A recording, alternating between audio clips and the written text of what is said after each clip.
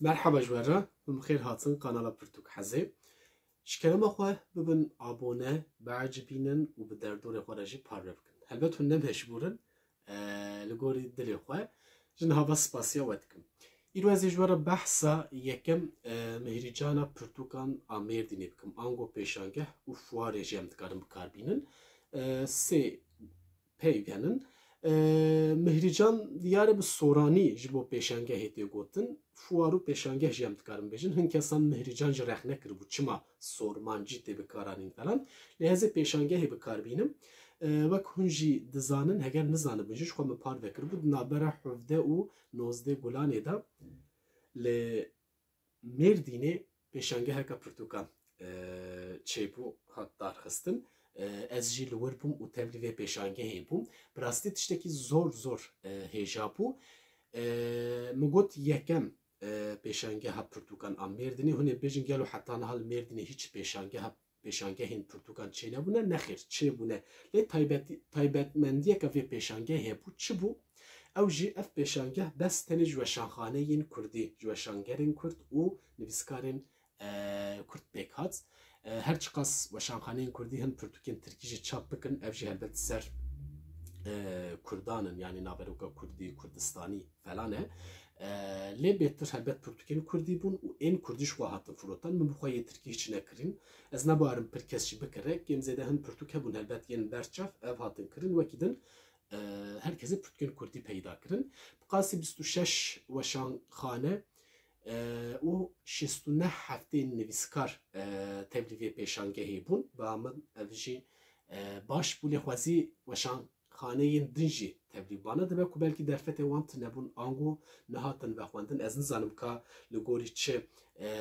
pîvanan ev hatiye diyar kirin helbet li vir ev ne berpirsyara min e ez bes têbîniyên xwe wê bwera parve bikim li vir helbet bêm spasiya platforma ket û demokrasiya Mêrdînê û baroya Mêrdînê bikin ji ber ku vanan bi hev re çêkir ji xwe cihê pêşangehê jî li baroya Mêrdînê bû sê rojan ez barim yani di rojan e dewir bûm xwe têr û tije bû û roja siyan jî di heman rewş atmosfer hebû yani li gor hevalan ji xwe par vekir û qasî min jî şopand ba min baş bû û dibe dezgehên bi vî hawî çi baro çi platformên li Kurdistanê axir wekî din jî hinin xebatên bi vî hawî dibe hê zêdetir em bikin yani diyare em dikarin hin tiştan bikin yani her çiqas hin kêmasiyê me jî hebin ez ê behsa wan jî bikim lê beriya wê dibe ez van çend gotinê din bibêjim rast e dibe em bibin xwedî dewleta xwe ji ber ku dezgeha herî mezin dewlet e ev ne em vê münaqeşe jî nakin em ê rojekî bibin lê heta wê rojê nayê manî ku em tiştekî nekin ê wele dewleta me tune em nikarin wê bikin vê bikin nexêr em bixwazin dikarin bikin bes dev ji gotegotan berdin ziman şêrîne û şerbet e û falan e pêvan e dibe em bi dilsozî û bi durustî xwedî lê derkevin ev xwedî lê derketine û yekem car li Mêrdînê em bijin ji weşanxaneyên Kurdî tenê pêşangehek pêk hat ez bin belkî ev di Kurdistanê bi temamî her çar parçe Kurdistanê cara ewle bes tenê pêşangeheka Pirtûkan ji weşanxaneyên Kurdî pêk tê ba min ez û Saîdat ka nizanim hûn dibêjin çi ji ber ku ev fuara herî dawî li Hewlêrê çêbû fuarekê berbat bû yani ev mixabin ev tiştekî din bû lê ez ê behsa wî nekim bêtir ez werim ser mijara me bi Kurdî min behsa pêşangehê kir ka çi bû çi nebû falan bêvan helbet ez ê di rêzê de biçekî çend kêmasiyên pêşangehê jî bibin me biçekî pesnawî da lê helbet kêmasiyê me ji ber ku cara ewle dibe ev kêmasî jî bibin lê em hewl bidin pêşerojê de li hin bajarên din jî ez hêvîdarim pêşangehên bi vî hawî a ên Pirtûkan Pirtûkên Kurdî helbet çê bibin ku rewşa zimanê me yani em her gazindan dikin zimanê me tune dibe falan bêvan ê derfetên wisa jî hene heyran dibe em zorê bidin dezgehên xwe hemî dezgehên bajarê me çi li Kurdistanê çi hene û em jî bi xwe tevlî bibin yani bes tenê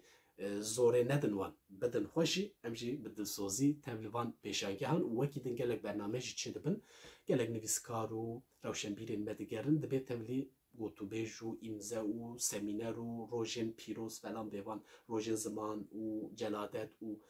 bîranîn falan çê dibin te qes tevlîvanan ji bin jê nemînin وەک ماسی نەپرزێدە بوون آخر یەک و دیتن یەک جوان mesela reklama pêşangehê mixabin pir baş nehat kirin ji ber ku gelek hevalî li Mêrdînê ku nebsayat de pêşangeh bîst yani em pê hesiyan ku li Mêrdînê pêşangeh heye em hatin mesela em bêjin xwezî yanî bikarîbiyane şarêdarî jî teblî vê mesela vê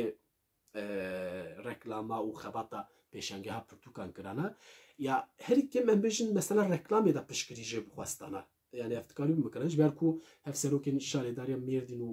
Artûklê ji xwe teblî pêşangehê bûn hatin serdana pêşangehê kirin wekî din parlamentera Amedê ez nexelet bim Saliha Akdeniz ew jî hat û wekî din hin belkî kesên siyasî jî hatine lê ez wan nas nakim ev jî baş bû lê mesela reklamê mixabin gelekî kêm bû a duyem jî vexwendina nivîskaran da ez ê behsa navekî bikim mamosteyekî Seyda Mela Birhanê Tarînî ji Mêrdînê ye û seydayekî me ciwan û gelek xebat kirine bi qasî 11-12 pirtûkên wî çendîn weşanxaneyên Kurdî hatine çapkirin lê mixabin Seyda nehatibû vexwendin yani bi rastî ev kêmasiya weşanxaneyan e dibe em ji wan bipirsin yani nivîskarekî ji Mêrdînê û pêşangeh li Mêrdînê çê dibe nabe ku mirov venexwîne em ba min ev kêmasiyeke mezin e helbet dibe teşqele û em bêjin axir çekî belkî tevlî hevî hebû cara ew bû falan bivan ama dibe ev tiştekî mühîm e mirov nabe ku vê ji bîr bike yani nivîskarekî wî bajarî hewceya hûn bi xwînerên ango kesên li wî bajarî dijî bidin nasîn ev tiştekî pir mühîm e yani em nivîskarê bajarê xwe nas bikin nivîskarên bajarê me dijîn kî be em wan nas bikin em hev di nas bikin yani her çi qas ji Mêrdînê nebimişî axir bêtirî Mêrdînê tevlî vê pêşangehê bûn ji ber ku li wir bû ev meseleyeke din ev jî em bijin kêmasiya helbet ya wek weşanxaneyan weşangeran em binirxînin û dibe hêvîdar carekî din kêmasiyeke wisa çênebe pişta ez werim pirtûkên ku min ji pêşangehê kirin ez nîşanî we bidim lê yek bi yek ez ê pirtûkan jî nîşan bidim ev pirtûkên ku min kirîne yê min ji bo xwe min kirin çend hev jî ji bo birayê xwe kirin ez ê wan jî behsa wan jî bikim bi pirtûkekî helbesta dest pê bikim bi navê Zêdayî nivîskar Veysel Vesek ji weşanxaneya Avayê pirtûkeke ji helbestan hatiye helbeste ji weşanxaneya Avayê hatiye çapkirin bi îmze mamoste Veysel belkî ez barim hûn jî nas dikin ji kanala Folklora Kurdan ser Folklora Kurdan xebatên gelekî baş dike mamoste berhemeke yê helbestan jî heye gelekî ji mütevaziye bi rastî hiç behs nekiribû fuarê ez pê hesiyam û min xwest ez bidim îmzekirin bi vê hawî ew ji pirtûxana xwe zêde kir pişta berhemeke mamosteyê zanîngeha me Artûklê akademisyen Zülküf Ergün bi navê Bajar Edebiyat û Cizîra Botan ji weşanxaneya Nûbarê hatiye çapkirin ev jî li pirtûxana xwe zêde kir pişta berhemeka din û bi navê Rabûna Berî li Gulberojan antolojiya çîrok û helbestên nivîskarên di zindanan da amedekar Roza Metina Jiyar Jahan Farat Pena Kurd ev jî ji Sîtavê ez nexelet bim çap bûye Roza Metina jî nivîskareke me ciwan û hêja me hevdû jî nas kir fuarê da me da îmzekirin jî ev berhem bêtir ev mesela mijara nivîskarên di girtîgehan da ango zindanan da bala min jî dikişine ji xwe min hin bername jî nivîs û falan jî ser wan çêkiribû belav kir hayê jê hene win yên ku dişopînin helbet bi vî hawî me ev jî li pirtûxana xwe zêde kir û bi mamoste Roza Metina re jî me hin sohbet kir û wê di pêşerojê de berhemeke nû jî were mizgîniya wê jî da serkeftin ji bo mamoste û ji bo mamoste jî xebatên wê jî ez bi nasîna wê jî bi rastî kêfxweş bûm pişta berhemeka Bextiyar Elî ev jî nû çapbû ji avêstayê bi navê Derya Sulaş ji Soranî Payîz Mîlan zanim Bextiyar Elî bi Soranî dinivîsine bo kurmancî tê veguhestin ji avêstayê hatiye çapkirin me ev jî pirtûxana xwe zêde kir helbet Bextiyar Elî jî navekî girîng e ji bo edebiyata Kurdî romana Kurdî pişta dîsa berhemeke nû ji weşanxaneya Palê weşanxaneya Pal weşanxaneyeke me nû ye ez bi qasî çend deqeya jî bûm berpirsiyarê standa wan mamoste înan li wir bû dîsa ev berhem kêm bû ji xwe ev nû çapbû heta niha weşanxaneya Palê 10 pirtûk çapkirine ya herî dawî Gava Peskoviyek li New Yorkê bê kuştin nivîskar Kamuran Çakır ji weşanxaneya Palê hatiye çapkirin ev li gel min tune bû me ev jî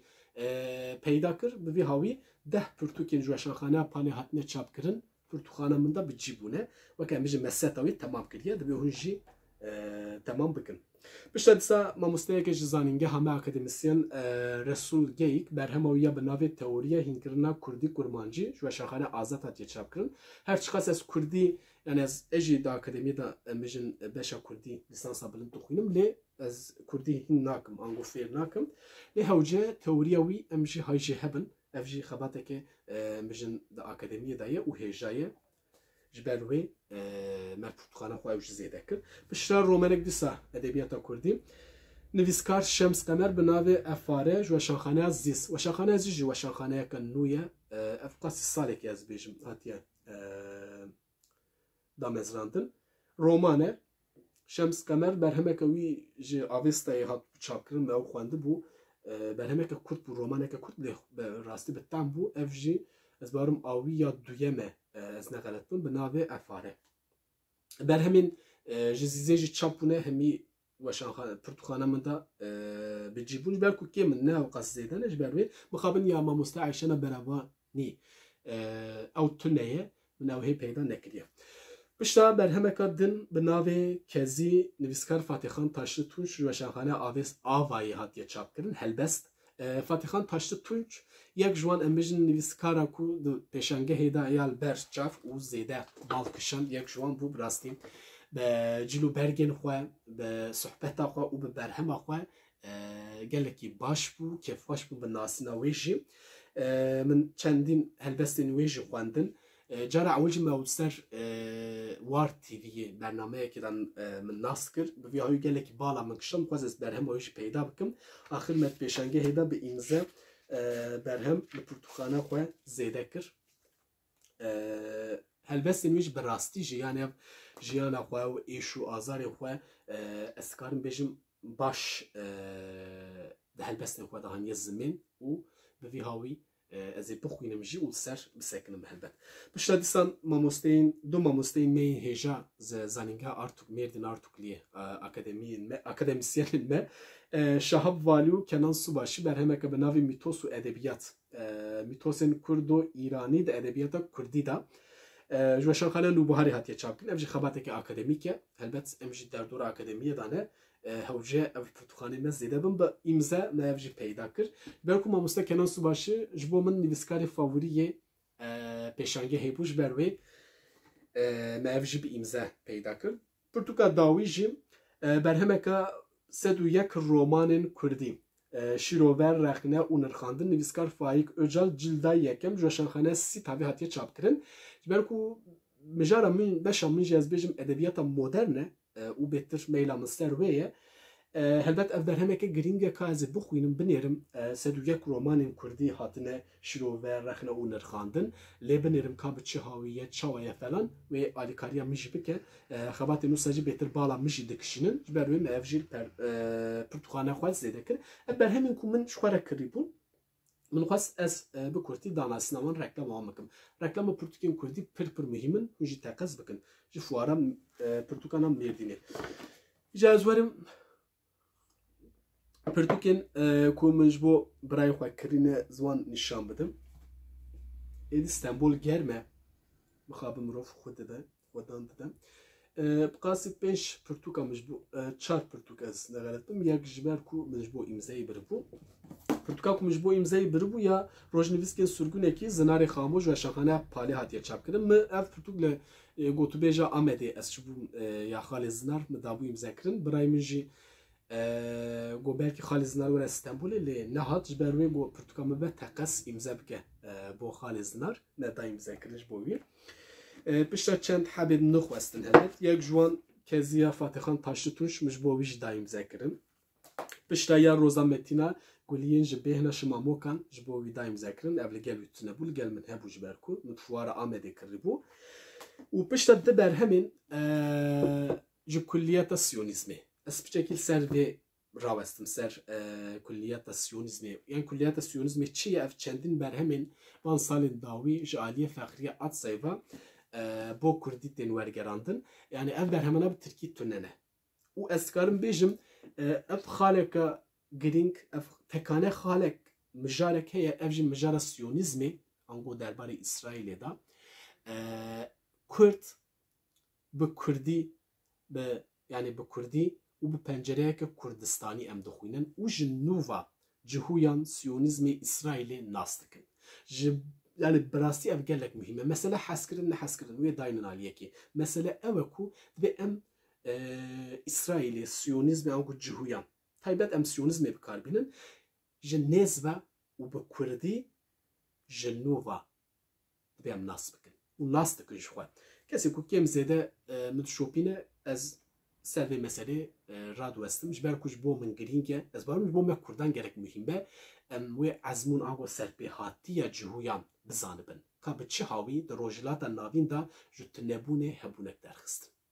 Helbet em wek wan nakin ji ber ku rewşa me cuda ye awan cuda bû lê em dikarin ji wan sûdê werbikin ji bo wê dibe em hay ji serpêhatiya Siyonîstên sosyalîst taybet hebin. Yek ji wan ya herî dawî humanîst û şervan Biranînin avakar û serokwezîrê pêşî yê İsraîlê David Ben Gurion wek min got faxiriya Adsayê mamoste fexriya wergerî Kurdî kirine ji avêstayê ji xwe çap dibin. Ev 5-6 berhemin wek êdî kulliyatek çêbû. Berhemeka din biyografiya Siyonîstekî sosyalîst Berl Katznelson ev ji avêstê jalî hatiye çapkirin ji aliyê fexriya Adsayê ve hatiye wergerandin. Yani mijara Siyonîzmê dibe bala xwe bidinê. Yani lê mixabin helbet hin nezan û hin cahil ango axir nizanin bi çi hawî radibin hin tiştan dibêjin rexne sera serçavan lê rêxkirin reşkirin heqaret van ez qebûl nakim ya ji xwe hiç bala xwe jî nadim tiştî nûsa lê yê ku helbet mesela rexnê mesela minaqeşî dibe em minaqeşe bikin ne ku em qebûl bikin em ser vê meselê ser mesela Siyonîzmê rawestin û ka binêrin çi kirine û taybet li ser vê jî minaqeşeyên xwe pêk bînin. Yani gotegotên İslamîstan gotegotên sosyalîstên yani esasî xwe de Kemalîstan û falan bêvanan guhdarî nekin guh nedinê û ji bîr bikin wan gotinan û ji nûva bi Kurdî û bi pencereyeke Kurdistanî em Siyonîzmê Siyonîstan nas bikin bixwînin. Wekî min got mesela ev girîngiya pêşengeha pirtûkan dibe em çekî ser wê rawestin ez ê çend gotinê din bêjim û vîdyoya xwe bi vî hawî bi dawî bikim ji ber ku min xwest ez bi Kurtî derbarê vê pêşengehê de hin têbîniyên xwe notên xwe were parve bikim mijara yani min ji bo wê ev vîdyo çêkir demek dirêj helbet vîdyoyan parve nakim çê nakim hûn ê bêjin ka vîdyoyê nû wê werin helbet wê werin ez ê vîdyoyekî ji derbarê vê sala çûyî hûn zanin min îsal dest bi lîsansa bilind kir ez ê behsa lîsansa bilind vîdyoyekî berfireh çê bikim dersan û serpêhatiya xwe bikim belkî nav weda ji ber ku gelek pirs derbarê vê de têne bi vî hawî ez ê pirsê we jî bibersivînim. Ji bo dawî çend gotinên dawî ez bêjim derbarê pêşengeha pirtûkan da yani ya Mêrdînê û bi giştî yani dibe em hewl bidin li bajarên xwe li Kurdistanê bi vî hawî pêşengehan çê bikin yên Kurdî weşanxaneyên Kurdî nivîskarên Kurd nas bikin bixwînin û hewl bidin vê mijarê bikin rojeva xwe yani bila wisa di quncikan da derdora tiştekî wisa nebîne. Mesela em bêjin nivîskarên xwe rewşenbîrên xwe kesên yani zana û aqilmendê xwe qedr û qîmetên wan jî bizanibin helbet û bi vî hawî bi Kurdî bixwînin yani dest pêşniyaza min e wekî ez her vîdyoyê de ji xwe pirtûka nîşanî we didim yani vîdyoyeke min e bê pirtûk çê nabe ber ku êdî gotin temam berê gotin hebû hêj heye lê êdî nivîs xwendin fikir yani ev hene yani dibe em hay ji vanan hebin biçekî zêde bala xwe bitin ser vê yani ji dengbêjû govend û sistanan helbet nabêjim bê wan bin ama dibe êdî zêdetir ser xwendinê ser pirtûkan ser nivîsê rawestin min tiştek nîşanî we neda ez wê jî nîşanî we bidim ev jî kartên ziman yên Zazakî Kirmanckî ez xwazim di milî Zazakî jî bi rastî fêr bibim gelek berhem jî li gel min hene pirtûxana min da lê hê mesela fêrbûnê mixabin pir zêde yani ne başim gelekî xirabim yani çi Zazakî çi ji Soranî dibe em zareveyên zimanê xwe jî bizanibin taybet kesin ku yani ev qaswa nasyonal kurdewar netewperwer nişan dide hewce vekê masya xwe jî dabigire ez jî yek ji wan im dibe jî dabikirim yani kesê ku ez netewperwerim ango nasyonalim kurdewarim nizanim pênase gelek pênase henin lê bi Kurdî em bêjin netewperwer bes ez bawerim dibe yani bê xwendin çê nabe bê nivîs çê nabe yani vêya bizanibin bi vî hawî ez hatim dawiya vê vîdyoyê jî ez dîsa bi bîr bînim ji kerema xwe bibin abone û li xwe baş binêrin her şad û bextewar bin.